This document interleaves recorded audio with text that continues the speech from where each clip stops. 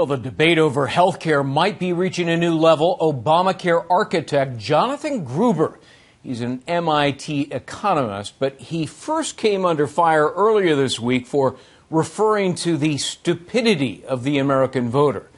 Well, now a second videotape is surfacing where once again he calls voters stupid. Well, Gruber's comments hurt the Obama administration. Joining us now to talk about it is Phil Kerpen, who is president of American Commitment. Phil, good to see you. All right, so the first comment was the stupidity of the American voter helped get the law passed. Now we have this new videotape in which he says, quote, the American voters are too stupid to understand the difference on the language of the law.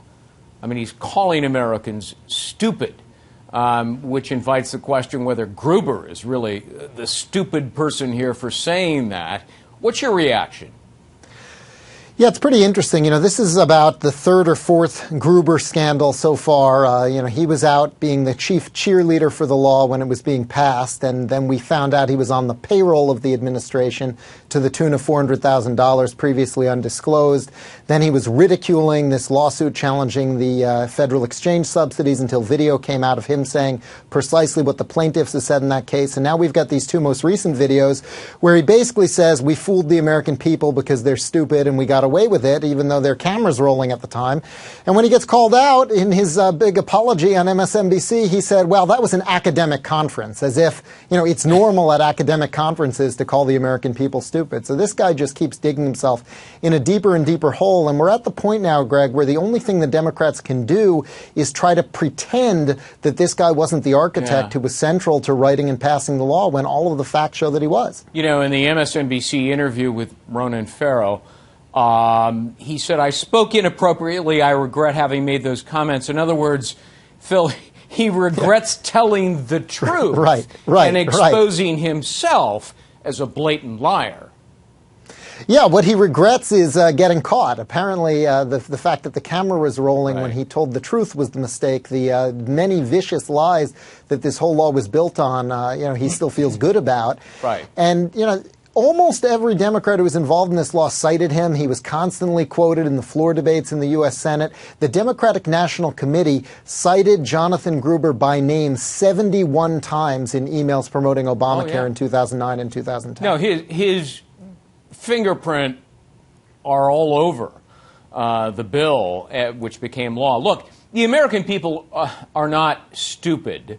And in fact, let's put up a poll because this is their reaction to the Obama administration misrepresent effects of the health care law to get it passed. This was before Gruber's comments became public. And look at that. 55% say, yeah, we know that the president and his administration and Congress basically duped us. But Gruber takes it a step further. He's basically saying we wrote it in a way so as to deceive Americans. We're going to mislead, we're going to falsify, dupe, and betray Americans. And you know what, Phil?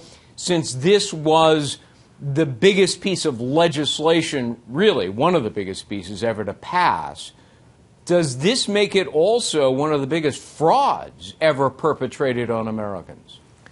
Oh, yeah, this bill's got to be one of the biggest frauds ever perpetrated against the American people. And Gruber really gave it away when he said that if the CBO had scored it honestly, if they'd said that this is a huge middle-class tax hike, it never would have passed. And I went back and looked at some of the floor debate recently when it was up in the Senate, and Max Baucus, who was the chairman of the Senate Finance Committee, who's now escaped to China, by the way, as ambassador to not be here for the fallout from his handiwork, he said that the CBO relied on Jonathan Gruber to put together those cost estimates to pass the bill. And so this is a guy who knew if there was an honest CBO score, the bill couldn't pass. He works with the CBO for what he called a tortured language to get this interpretation that was a total lie, and that's how they got the bill passed. It's hard to think of a bigger fraud on the American people than that. Well, and now the CBO says, to further your point, that there have been so many waivers and changes and alterations saying we can't even score this to now they say they can't even tell us what it costs. And the impact on the deficit. But, it's pretty clear Nancy Pelosi was in on the deception because she famously said we have to pass the bill